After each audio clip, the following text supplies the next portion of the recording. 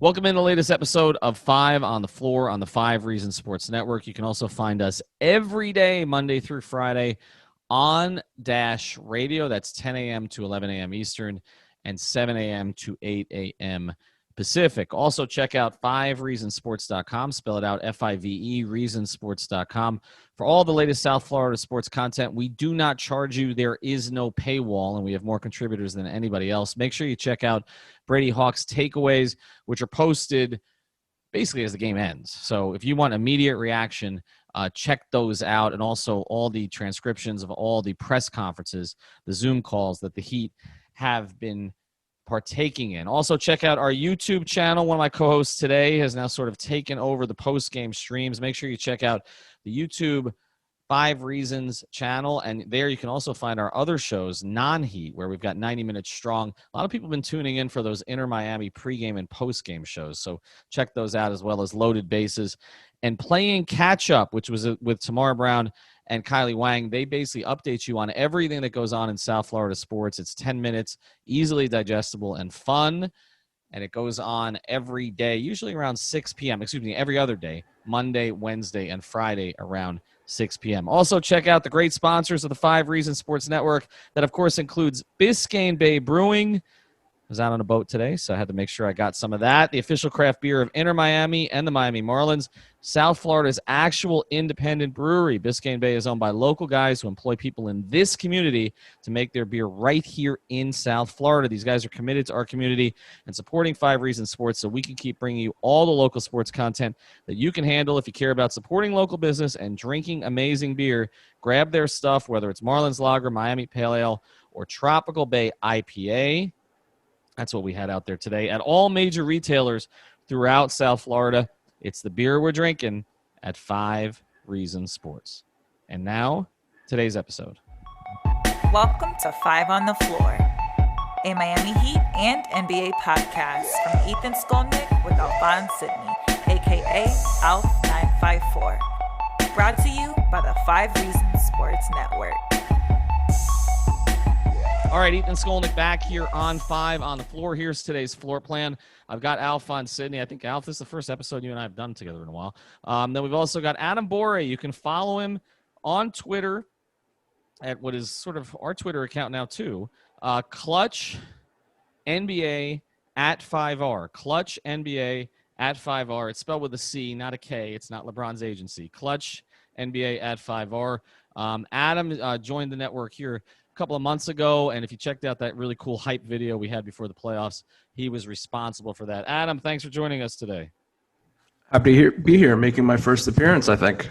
This is the first appearance. Adam's been on the streaming show, though, right? I mean, you've been on with me. Alf, he's on. He's been with me a couple times. Yeah. Oh, yeah. That's where I met Alf. There's one time I didn't know what his name was.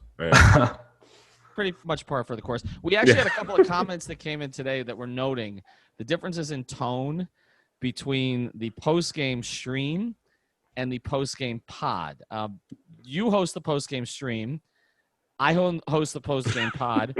A lot more profanity on one as opposed to the other. In fact, YouTube has this little trigger where you can generate revenue through YouTube, but they limit your revenue if it's not safe for work, and there will be no revenue from that post-game show last night. All right. I'll tone it down next time. So there you go. People have been sending you money, though. Yeah, we made up for it with all the people that were sending us money yesterday. So that's true. I heard that. It's like Alf was like dancing for dollars. That's good. Yeah. Oh, that's good. I may have shown a nipple or two. Did you? Don't. Did you sell any Manscaped on there? I did.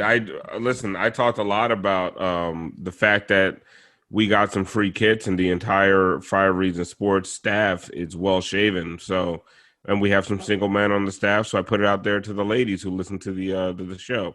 Okay. And Kylie cringed as hard as she possibly could cringe. Yeah. I can see why we got no revenue. Anyway, check that out. Manscaped.com. 5RSN is the code.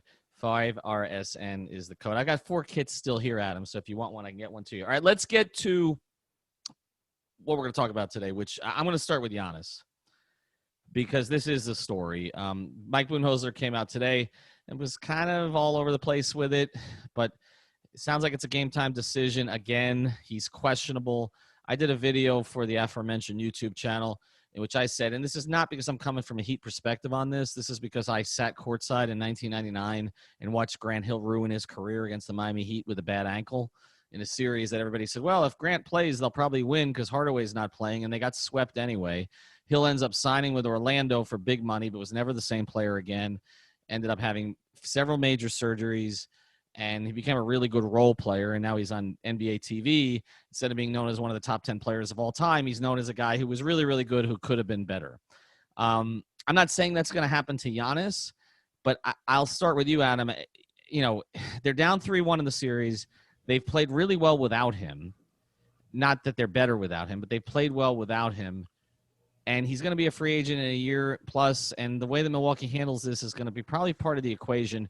Why would you allow him to play? I think Game 5 is a pretty pivotal game in this series. If Giannis were to play and they were to somehow come out with a win, I think all the momentum is shifting in their favor, and it'll look really tough for the Heat to rally against that momentum and try to get that last win. As we know, the closeout game is the hardest game to win, and I think if Giannis plays and they win that game, all the momentum's in their favor. But Alf, the risk. I don't. Honestly, if risk he plays, reward here. If he plays this for Coach Bud to save his job, you know what I mean? Like that's the only reason why he would play that, and it kind of makes me sick, you know, to really think about it. To beat a team that has, what's the Heat's record against him this year? Like 9-2. No, against Milwaukee. No, they were 2-. No, so 5-2. 5-2, right? I bundled in some of last year to it. They're 5-2 this year. So to think that you're going to beat this team four straight is, you know, it's foolhardy. Like you're not going to win the series, and for you to risk a guy who was basically screaming in pain and in a boot on the way to the team bus yesterday to save your job is a joke. Like he shouldn't play. And we can all talk about competitive spirit and everything else. If he sat out Game 4, the media would have lit him up.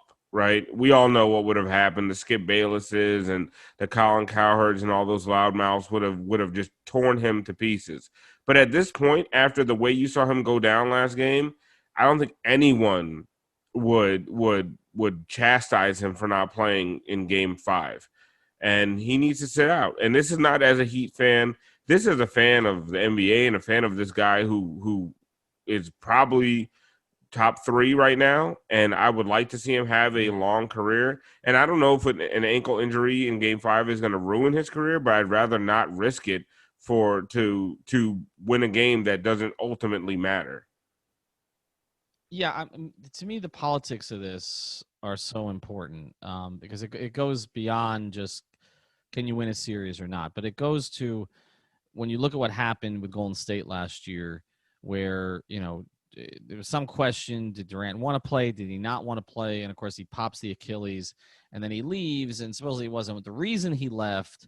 But certainly there were a lot of murky circumstances there that could have played a role in it. And I just wonder the politics of this, Adam, because, okay, like Alf hit on it. To some, it's going to be perceived as Bud trying to save his job. Now, if it's Giannis who wants to play, if it's he wants to play, he wants to be out there for his teammates, and I don't doubt that he does. Okay, he has that reputation. My encounters with him, my interactions, my observations of him, just as a visiting player, or the times I've interviewed him, he genuinely cares about other people. He cares about his teammates.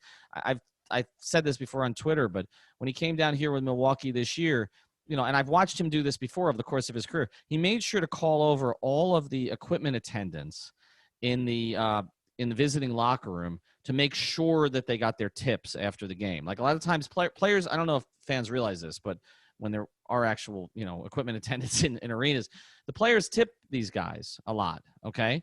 But sometimes they'll pass it through to somebody else. But Giannis wanted to make sure personally that they all got their money. And I can tell you it was not a small amount of money. Okay. I mean, he wasn't doing it so we could see it, but it was in clear sight. He cares about other people. I'm sure he cares about his teammates. I'm sure he cares about his coach. I mean, he's the one who came out and said, when Jason Kidd everybody thought Jason Kidd should be fired, and Giannis was defending him kind of towards the end. what do you do, Adam, if he wants to play for his teammates, but organizationally you look at it and say it's not in his interests, and maybe it's not in our long-term interests if he's ultimately going to be a member of the Milwaukee Bucks? Yeah, I think it's a tricky situation for both parties involved. Giannis isn't going to throw Coach Butta under the bus. He's not going to say, well, I wanted to play and the organization wouldn't let me. So it really comes down to what the organization wants to do, how they feel about this series. Do they feel like they can win without him? And ultimately, it's about the player's health. And I think we all know that Giannis wants to play and he wants to get out there. But I don't think he's willing to risk the reputation of his teammates, the reputation of his coach, of the front office for this game. So I think he'll obviously want to play, but he won't express it publicly. What happens, Alf, if he doesn't play and they win without him again? Then you're gonna have the ignorant talking head saying, "Are they better without Giannis?" Like how they used to have the "without Wade" hashtag down here, and it's a joke. They're not better without Giannis. What happens is you have a team that's prepared for Giannis. Their entire game plan, defensive scheme is slanted towards stopping Giannis from getting into the paint. And then now they have to come up with a new game plan in the middle of a game or in the middle of a series, and that's not very easy to do. Like a team led by Vincenzo, whatever his name is, and Chris Middleton and Brook Lopez is not better than a team with Giannis. Like, let's just. I thought you were going to say Vincent Van Gogh. Whatever his name, Dante Vincenzo. I think I got it right this time. I called him Vinny on the post game show, but that. Vinny, cousin Vinny. Yeah, I called him White Vinny because they call him White Dante, and I was really drunk.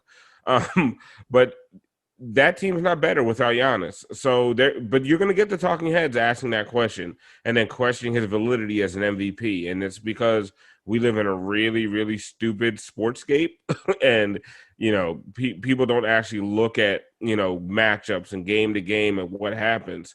So if he doesn't play, I really want to see what Spoelstra comes up with, because I was not happy, if you watch the postgame show, about the way they approach defending that team without Giannis. Mm-hmm. I would like to see them, and I've said this a few times on Twitter, if you didn't watch the postgame show, I want them to do to him what they did to TJ Warren and Jeremy Lin and countless others in the past. They need to trap, blitz, double team. They need to make his life a living hell and let the rest of these guys try to beat them. Like, let Wes Matthews beat you, and let's see what happens. But the odd thing about it is Chris Middleton came into game. I don't think this is getting enough play. Chris Middleton, Chris Matthews. Sorry, he's not employed currently. Chris Middleton came into game 4 shooting 35% from the field in the fourth quarter, and he went 0 of 6. And I rewatched the game today. He went 0 of 6 in game 4, and then made a couple of shots in overtime. But his play in the fourth quarter pretty much put the Heat in position to win the game. I don't know that we need to. I don't know that we need to overemphasize, making Chris Middleton's life miserable. I just think, honestly, and I watched it again. If the Heat just come in with 80% effort in that game, they win by 15. Of course, Ethan. But one of the things is, how do you get to a fourth quarter where it's not even in question? And the way you get to that fourth quarter is by completely eliminating Chris Middleton. And that's what I would like to see. I want Chris Middleton completely neutralized and let these other guys get to the fourth quarter within 8, 6, 4 points. I think if you neutralize Chris Middleton for the first 36 minutes, you're going to go into the fourth quarter up by 15, 18 points, and it's not going to matter at that point. That's why I was I was upset about the officiating, but I don't want to blame it on the officiating because it should have never been close. Like you let Chris Middleton go off on you, and you put the Bucks in a position to make it a game where the refs had to decide it, and that was the problem. Well, I hate the last 2-minute report for all the reasons that other people do. Dwayne Wade used to talk about this all the time. And LeBron hated it also. It's like, why is it only the last 2 minutes we're reviewing? I mean, there were blown calls throughout the game that affected how they ended up where they ended up. And then you were just talking about the last 2 minutes. And yes, and I can't even figure out which call they were objecting to, because the last 2 minute report today had I guess it was the Hill play on Jimmy with about 24 seconds left in regulation. But the other play, was it the Bledsoe play? I get them mixed up, where they reversed it, but they couldn't basically rule on the fact that, oh, wait, we missed a foul on that. That's a stupid rule to begin with. But like the last 2 minute report, to me, all that does is piss people off. Put the focus on a portion of the game that, yes, of course, it ends up being decisive in close games. But like you said, there's a million reasons that it got there. And to me, if I'm looking at like the 3 or 4 culprits in that game on why it got there, the number one is the overall intensity. And to be honest, that started with Jimmy. Jimmy was not the Jimmy we've seen throughout the playoffs. And Greg and I and talked about, and Brady talked about this yesterday. Jimmy, everybody talks about, okay, Jimmy's going to put his neck on your throat and basically finish you, right? But that's not his history. His history is he's an underdog, and in sort of pushing back against things. And LeBron in some ways was like this. Dwayne was a little bit opposite, but I feel like with a 3-0 lead, you're not going to get the same Jimmy that you would down 3-2 in a series. Let's start with that one. Am I wrong about that? Because I feel like everybody was waiting for Jimmy to kind of, okay, we're gonna take care of Milwaukee, but everybody had spent the past week talking about how great Jimmy was, and that's not what fuels him. Well, I think what I expected and what I expect from this team is that we always talk about the gentleman's sweep during the Big Three era, where they were almost like, we got this, we'll give them a game. They took their foot off the gas. I was expecting from a Jimmy Butler-led team that if they have a wounded animal in front of them, they're going to put it out of its misery. And I think that was what was about to happen. But the problem was when Giannis went out, it completely changed their entire game plan, their mentality, and they eased up almost like, well, this is going to be a cakewalk now. And I think it also led to the fact that, okay, what do we do defensively now? What do we do offensively? Where do we run? Where are we running our plays, our schemes defensively? Who are we keyed in on? Because we've talked about this in the past, Ethan. Erik Spoelstra is really, really good when he has a guy or two guys that they need to stop, and they let the other guys beat them. Mm-hmm. There was nothing but other guys on the floor, and without a week of practice, it just seemed like the Heat did not know what to do in that situation, which is upsetting as a fan. But listen, there's letdowns. This is a 7-game series. Things like this happen. You throw a wrench into the mix. You get this Ewing theory. I hate quoting the Ewing theory because it's a Bill Simmons thing. It kind of just throws everything off. Like it was a weird. There is something to it, and I wonder you've hit on it. And Adam, we talk a lot about the whole random scrub heat killer concept, right? But there may actually be science to it, because this started during the Erik Spoelstra era, and what Alf is getting at here is.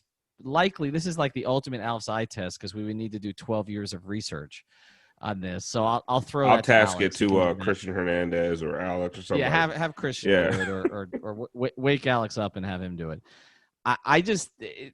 We'd have to do some serious research, but it does seem to me that like when Spoelstra teams want to key on one guy, a star, they will neutralize that player to an extent. Maybe not in one game or one quarter, but over the course of time. Whereas it does seem like whenever other teams have players missing, or when a team comes in here and they're sitting 4 guys, or they're just honestly just not very good, like those are the guys that always, hurt the Heat. Is this random, or is there something to this? No, I don't think it's random per se. I do think that when Erik Spoelstra says to his team, basically, all you have to do in this game is stop Giannis, keep your eyes on Giannis, it feels like during games that all 5 players on the Heat are watching Giannis, making sure that he doesn't get to his stop, or his spot. He doesn't get to do a spin move, and it leaves other guys with more room to maneuver, more room to get their shot off. And there were a few times during this series where I would see Bam sort of looking at Giannis, almost walking over to Giannis as he's dribbling and leaving Brook a little too open. And that's how Brook was able to fire off all those threes and get fouled on some of those threes, because all 5 guys are watching Giannis and they're making sure that he doesn't get what he wants. And I think that's a positive for this Heat team, but it's also a negative because now all these other guys are getting hot. And that's where the random scrub Heat killer comes from. Yeah, I mean, there's a long history of it, and at some point, this will be like a thesis for somebody in college, if there still are colleges at that point. I want to get to the next thing that I thought was problematic in this game, and we did address this some on the post game, but I really was not a fan of shortening the bench to 7 in the second half and overtime. You've talked all season and all postseason, and since you've been in the bubble, that our depth is our strength, right? And then you're going against a shorthanded team that doesn't have its star, and you trim your team down to 7. I get it that this was probably like, let's sort of, I don't want to. I was going to use a certain analogy, but I don't want to. Let's throw, our best 7 guys out there and finish this thing. Just end it, and then everybody gets a week off. Okay, so I understand where it came from, but I still didn't like it. I don't understand why Derek Jones Jr. wouldn't have been of some value in short minutes. If you didn't trust Kendrick Nunn, I don't know where Kelly Olynyk's health is right now. He did play in the game, but then didn't play in the second half. Would you expect Erik to go deeper in this game after, they lost, playing Goran Dragic 40 minutes, playing Bam in the 40s, playing Jimmy in the high 30s? Should they go deeper in this game, Alf? Tiffany Meeks, who is a new contributor to 5 Reasons Sports, was on the post-game show with us yesterday and did a fantastic job, pointed out that the Heat had a lot of trouble with the 3-guard lineups that the Bucks threw out. And if the Bucks are going to continue with those lineups, yes, you better go deeper into the bench. And Kendrick Nunn, I don't know if he's the answer at all. In fact, I don't think he's the answer. We've seen all season when there's a team goes with a 3-guard lineup, or a team is killing you at the guard position, your best option on the Heat bench is Derek Jones Jr. I think Derek Jones Jr. would have done a better job against Chris Middleton than Jay Crowder, let's give Jay Crowder all the credit in the world. But Jay Crowder defends from a position of strength. And that's why he does a really, really good job on Giannis, because he doesn't get bullied by Giannis. Strength against Chris Middleton is not the answer. Length against Chris Middleton is the answer.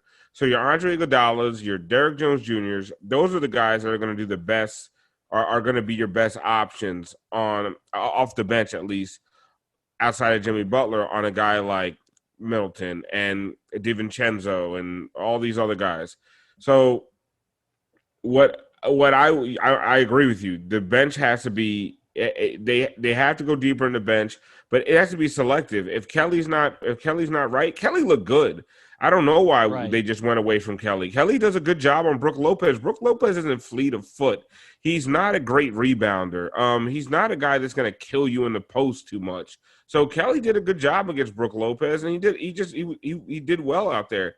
And then we saw how they looked gassed in the fourth quarter and overtime. Mm-hmm. And that's partly because, like you said, they only went 7 deep in the second half. So I would like to see some of these guys get more run, and I would like it to be more selective, and I like it to be targeted at who are the guys that are beating you right now. If they're going out there with a 3-guard lineup, there's things that there are options for the Heat that can kind of mitigate some of that. Well, also, I know there's a lack of trust with Nunn right now, but the 3-guard lineups with Dragic, Nunn, and Hero this year were pretty good. And I get it that Nunn is struggling. And Heat fans were saying they didn't want to see him in the second half, but I thought that the response would be to play Derek Jones Jr. Now you also have Jay Crowder on the injury report with an ankle issue. You saw that sort of scary fall he had at the end of the game. I thought it was a knee, but I expect him to play.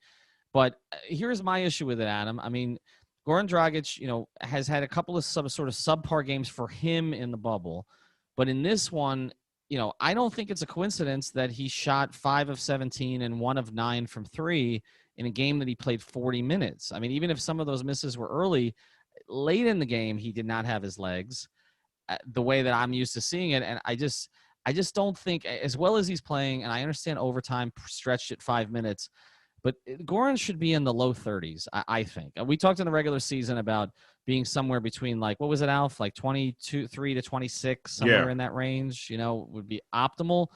Okay, so now you're in the playoffs. So 30, 32, 34 is stretching it. But he was at 35 before the overtime.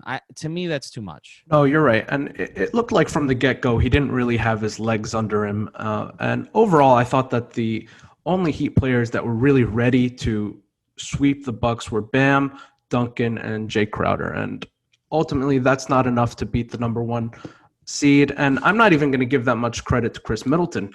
It looked like he was killing them, but he was actually just 12 for 28. Right. So it really is more of an effort thing. If you get that Chris Middleton game 12 of 28, chances are you're going to win the game. It's not like he was murdering you. It really was all about effort. And I think that if they had just a little more intensity, a little more effort, you live with whatever Chris Middleton does because you're going to get the win. All right, we're going to get to what's going on in the other series in the Eastern Conference because that game is we talked that was a massacre tonight, and we're going to talk about kind of where that's heading and where Boston may be also and how they sort of got to the place they've gotten because it's an interesting story. But first, I want to tell you about another of the great sponsors of the 5 Reasons Sports Network, a new sponsor of ours, and that's Mark Brown, PA. You can find him. He's a real estate litigation and transaction attorney. This is a full-service attorney-owned title company as well. A $295 closing fee on all refinances and purchases when mentioning 5 Reasons. That's right, $295. That's a really good deal if you've been involved in real estate at all. Closing fee on all refinances and purchases when mentioning 5 Reasons. They also handle evictions for landlords and tenants, and they offer flat fee evictions. They're practicing for nearly 15 years. Again, it's Mark Brown, PA. You can find him at Mark. This is M-A-R-C at markbrownpa.com, or call the office 954-566-5678. Again, it's 954-566-5678. If you need a real estate attorney, this is where you go, markbrownpa.com. All right, let's get to the other series. It looked like Boston had taken control of that series. They were up 2-0. And, of course, the late shot by OG Anunoby in Game 3 on the pass from Kyle Lowry. And then Toronto with a great performance by Lowry, although not necessarily offensively, but he did everything else. Or not necessarily efficiency, I should say. They win Game 4. And then today, they scored 11, Toronto did, in the first quarter, and got run off the floor. And actually, they fulfilled – this is the first time I think a Charles Barkley guarantee was actually fulfilled. And to me, if I were Nick Nurse, I would have just pulled the starters, not even played them in the second half because there was no point. But Boston's up 3-2 in that series. They've looked like the better team in that series. And we've talked a lot about which is the better matchup for Miami. And there'll be time for that. And I don't want to be blamed for jinxing the Heat as they're trying to close out the Bucks because I've been blamed for that enough. But I want to go back to kind of how Boston got here because, Adam, when I talk about the teams that are going to be the biggest threat to the Heat down the line beyond this season in the Eastern Conference, to me it looks like Brooklyn. It looks like Toronto, depending on who they can keep. And it looks like Boston. And I think what's interesting about that is that a lot of us clowned on Danny Ainge for misusing his assets when he had all those incredible assets and not sort of dealing them to get Anthony Davis and not dealing them to get Kawhi. And, he didn't want to trade Jaylen Brown and Jason Tatum to get Kawhi. And, then obviously in the Kyrie for Kemba move, which I can tell you a lot of people the Heat thought was an upgrade for Boston to bring in Kemba for Kyrie. And now he's got a team that could go to the finals this season, even, again, with a feeling that he squandered some assets. How dangerous are they now, and how dangerous are they in the future? Oh, I think they're definitely going to the finals. Now and in the future. They're a young team. They have fresh legs. They have a lot of future picks coming up still. And in the future, I think they are getting off off of Gordon Hayward's contract in a year or two. I think right around 2021, so they'll have some space to maneuver and do some things. But I think the big selling point with that team is that they're young, and some of their bigger named asset or guys haven't hit their ceiling. So I think I want to call them the Brooklyn Celtics because it seems like everything that they've done right came from Brooklyn, and I'll never give them any credit for that. But look, they're dangerous. I mean, there's no other way to put it. Alf, they're also kind of likable. I mean, I don't know how you feel about Marcus Smart as a flopper.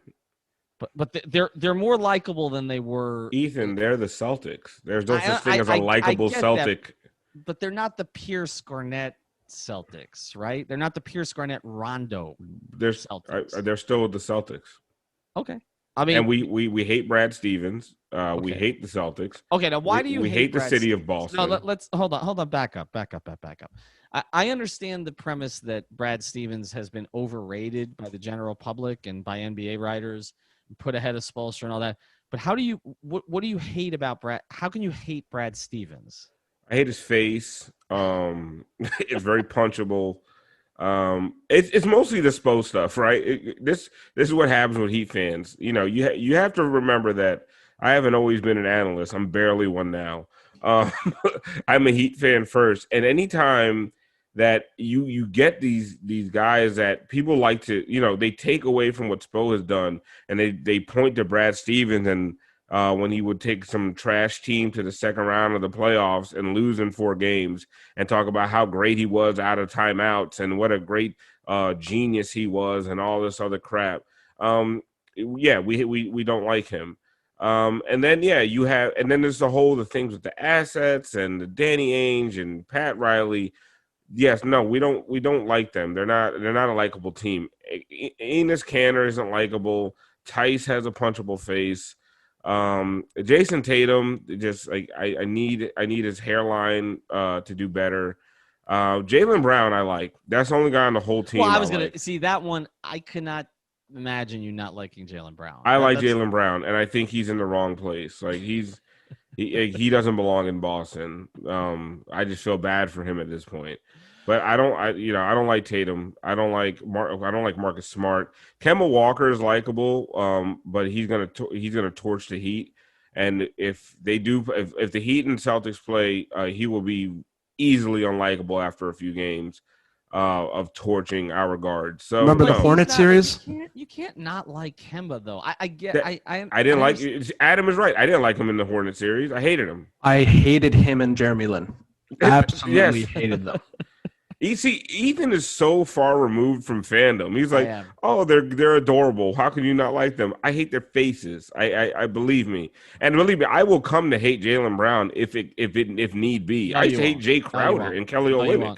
You will not. You will not. You will I not will. hate Jaylen Brown. I will. As soon as the series is over, I'll go back to liking him again. Well, here, can we give Brad Stevens any credit for some development of Jay Crowder and Kelly Olynyk, who played together on those scrappy teams with Isaiah Thomas, of all people, as their best player that made it to the second round? Kelly Olynyk and Jay Crowder had not reached their true potential until they played for Erik Spoelstra.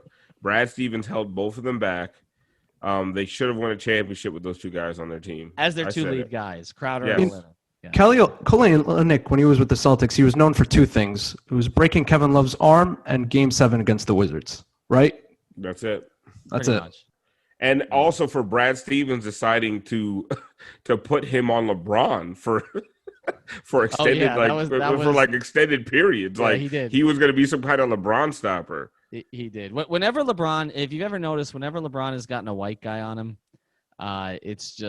it's almost disrespectful for him. It's the ultimate disrespect to him. It's just, I mean, if he gets a Hispanic guy on him like JJ Borai, he doesn't know what to do. But when he gets a white guy on him, LeBron is like putting Joe Ingles on LeBron, like. Right. I mean, well, I know. I think it's more a white American thing, but actually, Kelly doesn't qualify for that either. By the way, I was looking at the Canadian, what could be a potential Canadian national team. Canada's got some really good players right now. Like Kelly would be in a fight to start for that team right now. You got Jamal Murray, you got SGA. There've been quite a few Canadian basketball players coming through. I mean, you look at the top 10 of the draft every year. There's like 1 or 2 Canadians. Yeah, no, it's and it's funny though. The one who was the number 1 overall pick is the one who disappointed, right? Yeah, because you forget that there's black people in Canada sometimes. That's a good point. That is a good point. See, we've learned a lot here today. You hate Kemba Walker's face, which I don't think is possible. No, I didn't say I hate Kemba Walker's face. I said I will hate his face. I hate Tatum's hairline and I hate Brad Stevens' face. How can you blame someone for their hairline?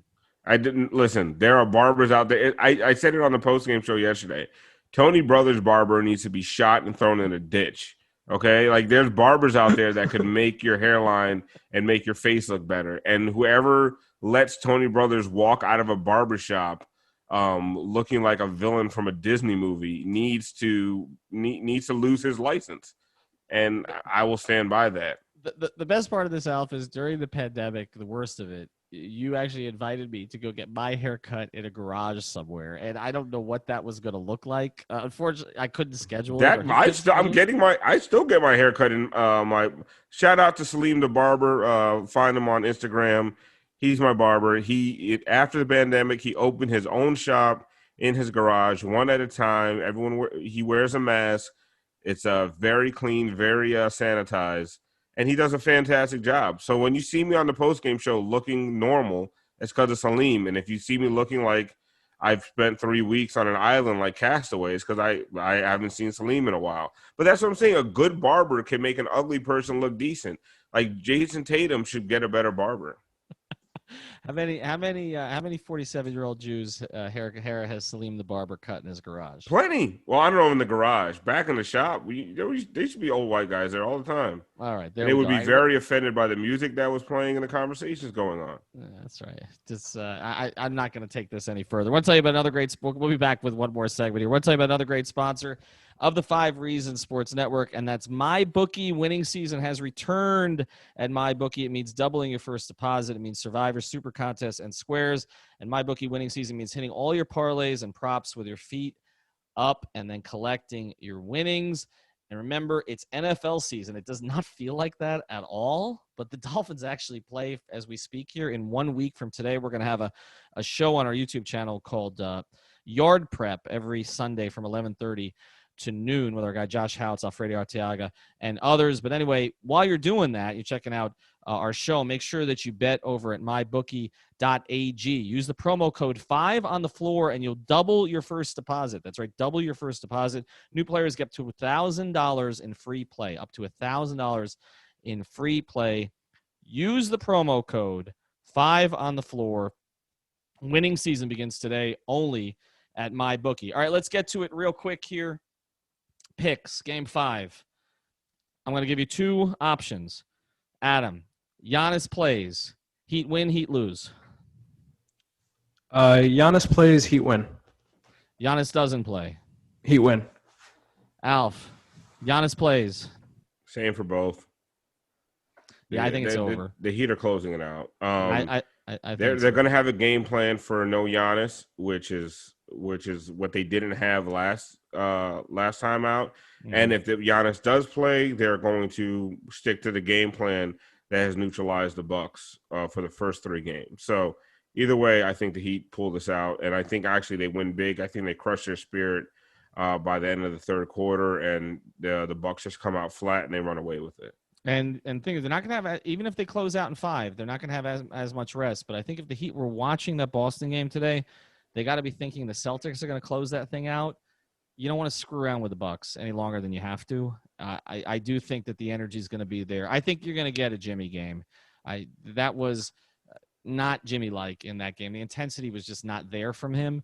But they're a little up against the wall again. People are starting to question a little bit. That's where Jimmy likes it. I think you'll get a stronger overall game. He had moments, but he was not consistent. He was pissed after last game. Pissed. Yeah. And that's what I want to see out of Jimmy Butler. Yeah, they were all pissed. He was. That's where he needs to be. That's his headspace. He's not a front runner. He's not a front runner. There are certain players that play better from ahead. He's not that guy. Okay, he needs to be challenged, and a lot of the slights are perceived. One thing that his agent told me. His agent lives in Toronto, and his agent told me that Jimmy always tries to crush Toronto just because it pisses off his agent. That's Jimmy. Okay. I love that. Okay.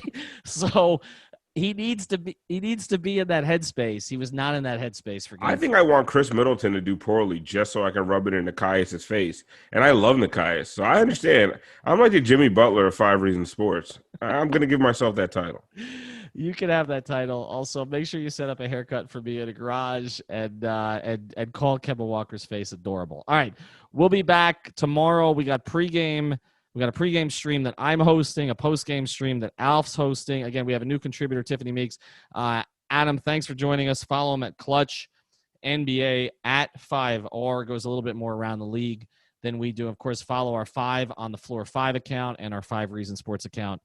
Subscribe to our YouTube channel. We should get over 5,000 in the next 48 hours. We appreciate you. Thanks. Have a good night or day. Thank you for listening to the 5 on the Floor on the 5 Reasons Sports Network.